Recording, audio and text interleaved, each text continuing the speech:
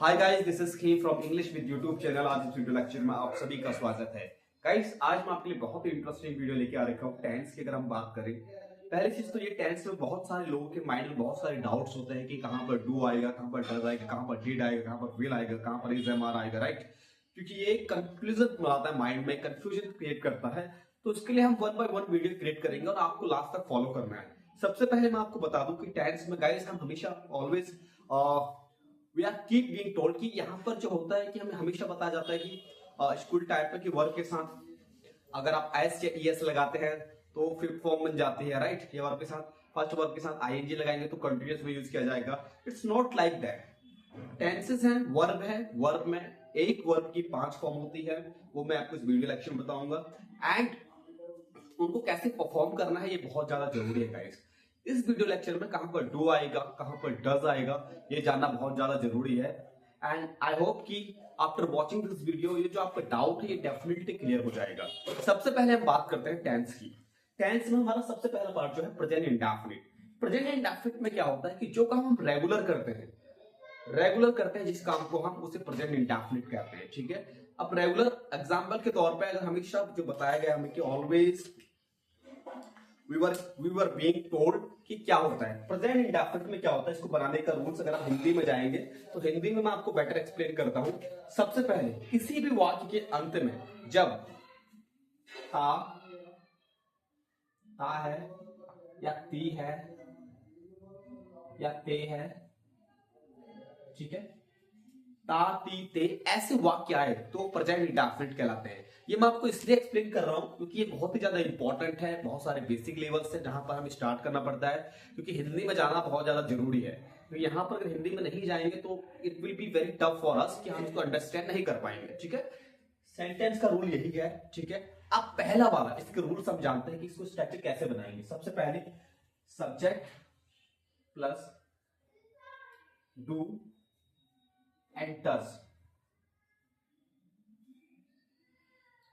ठीक है। अब एक कॉन्सेप्ट इसमें ये भी है, डू और डज से पहले हम आपको बता रहे हैं कि अगर हम प्रेजेंट इंडेफिनिट बताते हैं, बहुत ही सिंपल है, रूल को आपको फॉलो करना है। डू बेसिकली किन सब्जेक्ट के लिए यूज किया जाता है, अगर एक से ज्यादा हो, अपने लिए भी डू का यूज किया जाता है एक से ज्यादा। जैसे आप बोलते हैं ना, आपने बहुत बार सुना होगा कि आई डोंट नो, ये क्या है, ये टेंस है, प्रेजेंट इंडेफिनिट का टेंस है। मैं नहीं करता हूं, आई डोंट डू इट, ठीक है। तो ये प्रेजेंट इंडेफिनिट का टेंस है। वह नहीं करता है, ही डजंट डू इट, और नहीं सोचता है, he doesn't think या he does not think, ठीक है। इसको पहला जो बनाने वाला रूल है प्रेजेंट इंडेफिनिट में, हम अफर्मेटिव सेंटेंस बनाते हैं। पहला जो रूल है सब्जेक्ट प्लस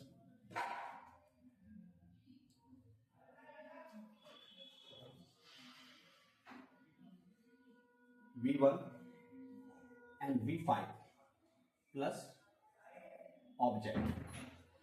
छोटा सा रूल है guys, subject plus V1 and V5। V1 यानी वर्ब की फर्स्ट फॉर्म, V5 यानी वर्ब की फिफ्थ फॉर्म, ठीक है। जहां पर आप बोलते हैं कि वर्ब के साथ अगर फर्स्ट फॉर्म के साथ हम ऐसे एस लगा देंगे तो वो फिफ्थ फॉर्म बन जाएगा, ठीक है। ऐसा नहीं है। अब मैं आपको बताता हूं कि फिफ्थ फॉर्म होती है, 5 फॉर्म होते हैं हर एक टेंस के, अगर आप चेक करेंगे। सबसे पहले इस रूल को जान लो, अगर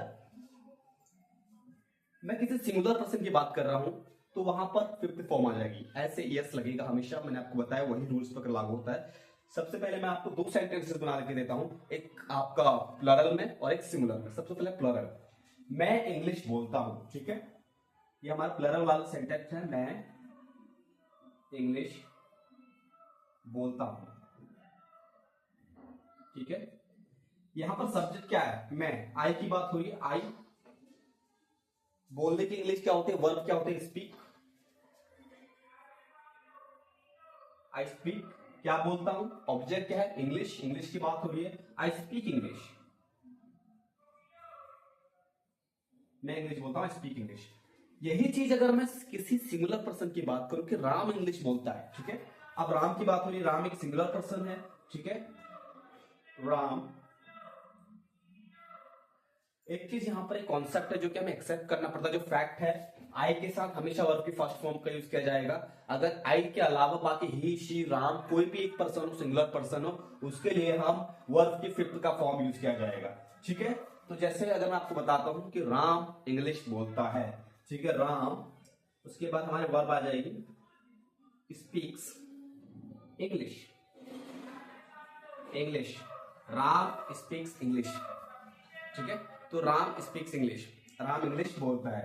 अब अगर नेक्स्ट सेंटेंस का मैं बताऊं, आप समझते हैं कि इसको कॉन्सेप्ट क्या है गाइस, समझना बहुत ज्यादा जरूरी है। सेकंड वाला का रूल देखिए, इसमें आपका डेली वर्क आ जाता है। मैंने आपको प्रेजेंट में बताया ताती है, जैसे मैंने यहाँ पर बोला कि मैं इंग्लिश बोलता हूँ, I speak English, Ram English बोलता है, राम स्पीक इंग्लिश। अगर आप डेली लाइफ में इसको समझने का बहुत ही आसान तरीका है, जो भी आप डेली करते हो, आपका एक डेली रूटीन होता है। जब भी आप किसी इंटरव्यू में अपेयर होते हो, इंटरव्यू में जब आप जाते हो तो वहां पर आप डेली वर्ड बोलते हो। जैसे मैं 5 बजे उठता हूँ, I get up at 5 o'clock, then I get fresh, after that I get ready for office, then I go to office, then I come from there, then I cook food. एक daily routine है। Daily routine में हमेशा verb की first form आ रही है, और जहां पर ताती ते का यूज किया जाता है। मैं 5 बजे उठता हूँ, फिर मैं फ्रेश होता हूँ, फिर मैं नहाने जाता हूँ, फिर मैं ऑफिस के लिए तैयार होता हूँ, सबके पीछे ताती ती है। यानी जो डेली काम आप करते हो उसमें प्रेजेंट इंडेफिनिट का यूज किया जाएगा। यही चीज अगर मैं नेगेटिव में बात करूं, जहां पर डू और डज, जहां पर मैक्सिमम पीपल आर कंफ्यूज, अब यहां पर कैसे यूज किया जाएगा? डू और डज के कॉन्सेप्ट में सब्जेक्ट, अगर यह है नेगेटिव, किसी भी टेंस के 4 सब्जेक्ट बनेंगे, 4 पार्ट बनेंगे। नेगेटिव की अगर हम बात करें, subject plus do and does plus not plus verb की फर्स्ट फॉर्म प्लस ऑब्जेक्ट, ठीक है। इसमें एक बहुत बड़ा इंटरेस्ट है। अब इसमें देखिए, यहां पर डू और डज और प्लस नॉट लगा है। अब चाहे सिंगुलर पर्सन हो या प्लूरल पर्सन हो, चाहे राम हो या श्याम हो, चाहे अपने लिए बात हो, सभी के लिए वर्ब की फर्स्ट फॉर्म का यूज किया जाएगा। मैं एक छोटा एग्जांपल देता हूं आपको, लेकिन डिफरेंट क्या आएगा? अगर एक जना हो, चाहे वो राम हो, श्याम हो, मोहन हो, किसी भी एक सिंगुलर पर्सन की बात हो रही है, आई को छोड़ के, आई एक एक्सेप्शनल केस है।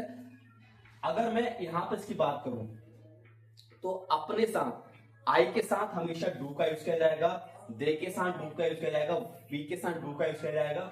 अगर सिंगल पर्सन है उसके लिए डज का यूज किया जाएगा, जैसे राम के साथ डज का यूज किया जाएगा, मोहन के साथ डज का यूज किया जाएगा, ही के साथ डज का यूज किया जाएगा, सी के साथ डज का यूज किया जाएगा, ठीक है। लेट्स एग्जांपल, अगर मैं बात करूं, मैं इसको दोनों में बनाता हूं। पहली चीज कि मैं नहीं जानता, जिसको आप एक ऐसा सेंटेंस है जहां पर आप मैक्सिमम पीपल यही चीज बोलता है कि मैं नहीं जानता। क्या आपने सोचा कि हाउ इट कम? सबसे पहले देखिए, मैं नहीं जानता, इसकी इंग्लिश में बताता हूं, मैं नहीं जानता। अगर आप इस स्ट्रक्चर को फॉलो करोगे तो आपके लिए बहुत ज्यादा इजी होगा। मैं नहीं जानता, आई, सबसे पहले सब्जेक्ट आई, उसके बाद डू,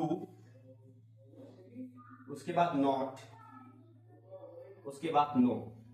जानने के लिए क्या बोलते हैं? जानने की English know. I do not no.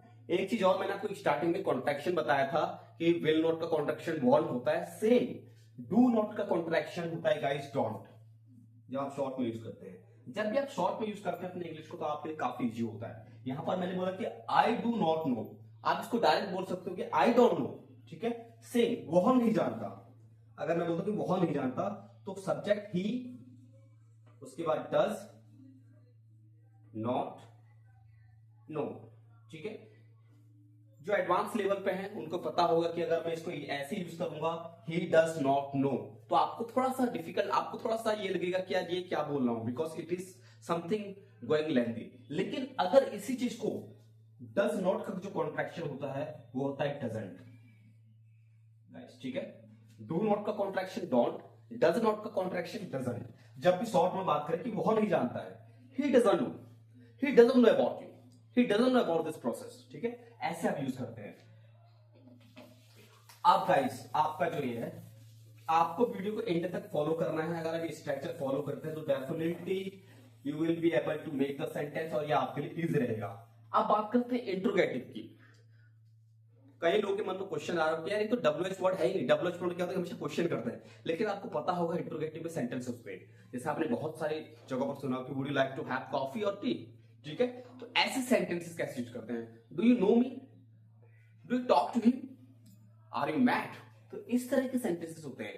अब टेंस में कैसे होता है इंट्रोगेटिव, जब आप किसी को क्वेश्चन नहीं करते हैं, यहां पर हम सेम चीज फॉलो करेंगे। हेल्पिंग वर्ब को सबसे पहले ले आएंगे, सबसे पहले डू एंड डज, ठीक है,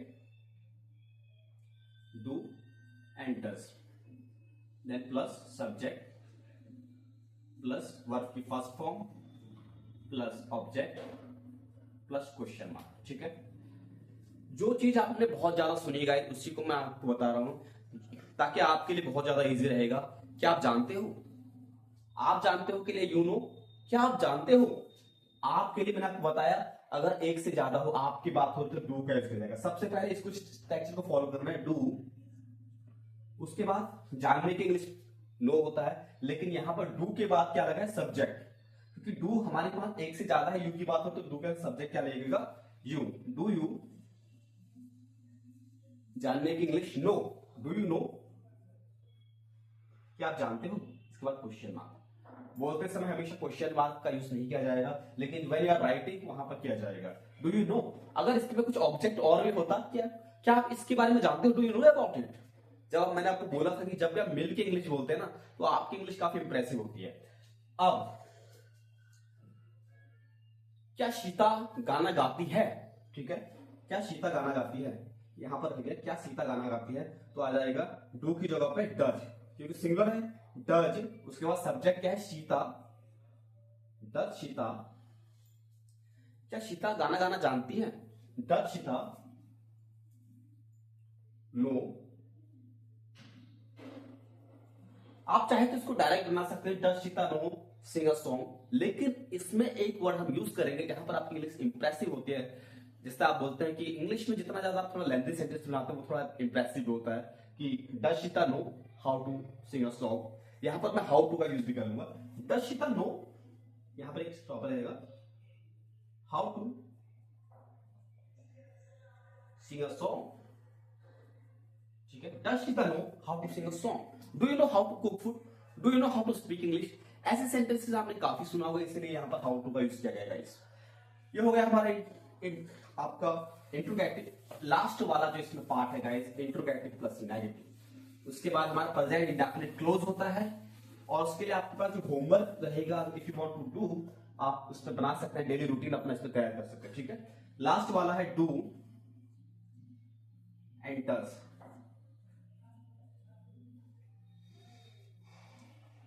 plus subject plus not plus not plus verb की first form plus object plus question mark. Last वाले स्ट्रक्चर में मैंने आपको फिर से बताया गाइस, अगर मैं आप कॉन्ट्रैक्शन में मिल के बनाएंगे तो आपकी इंग्लिश इंप्रेसिव होगी। कोशिश करना कि इसको शॉर्ट फॉर्म में ज्यादा यूज करें। जैसे मैं बोलता हूं कि क्या आप नहीं जानते? डोंट यू नो, क्या आप नहीं जानते पढ़ाना? Don't you know how to teach. अब इसको एग्जांपल के लिए मैं इसमें भी दो सेंटेंस बनाता हूं। क्या आप इंग्लिश बोलना नहीं जानते? जैसे मैंने यहां पर लिखा, क्या आप इंग्लिश बोलना नहीं जानते? नहीं जानते। ठीक है, क्वेश्चन मार्क। अब यहां पर डायरेक्ट आप चाहे तो ऐसे यूज कर सकते हो, do you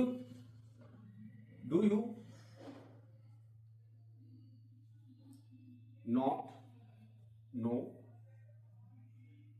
do you not know how to speak English? How to speak English English. या आप डायरेक्ट कह सकते हैं don't you know how to speak English, short में कॉन्ट्रैक्शन में बनाएंगे। सेम चीज गाइस, अगर मैं किसी सिंगुलर पर्सन के लिए बात करूं तो सेम चीज यहां आएगा। क्या राम आपसे बात नहीं करता? ठीक है, क्या राम आपसे बात नहीं करता, ये मैं कॉन्ट्रैक्शन बनाता हूं, क्या राम आपसे बात नहीं करता, तो आ जाएगा। अगर मैं इसको कॉन्ट्रैक्शन में बनाऊं तो कैसे बनेगा? Doesn't Ram talk to you, talk to you. ठीक है गाइस, ये था आपका कॉन्ट्रैक्शन में। तो ये प्रेजेंट इंडेफिनिट हमारा क्लोज होता है। आपके लिए सिर्फ एक होमवर्क रहेगा, अगर इफ यू आर अवेयर, क्योंकि आप अपनी डेली लाइफ कैसे इसमें प्रेजेंट इंडेफिनिट पास्ट इंडेफिनिट में अपना जो दिनचर्या है उसको एक्सप्लेन कर सकते हो। डेली लाइफ में आप जो भी करते हो, मैं जाता हूं, मैं सोचता हूं, मैं पढ़ाता हूं, मैं लिखता हूं, ठीक, मैं आपसे बात करता हूं, जब भी ऐसे सेंटेंसेस आए अब आप उसको इजीली ट्रांसलेट कर सकते हो। इन द लास्ट एक छोटा सा स्ट्रक्चर प्रैक्टिस वीडियो मैं आप नोट कर लूंगा, या आपको फॉलो करना है। जैसे I, you, we, they, he, she, ये सारे सब्जेक्ट है। इनके साथ फॉर्मूला सिर्फ सेम रहेगा, डू एंड डज, उसके बाद नॉट। उसके बाद आप सेंटेंस बोल सकते हो, कोई भी सेंटेंस आप बना सकते हो, जैसे talk, abuse, cook food, sing a song,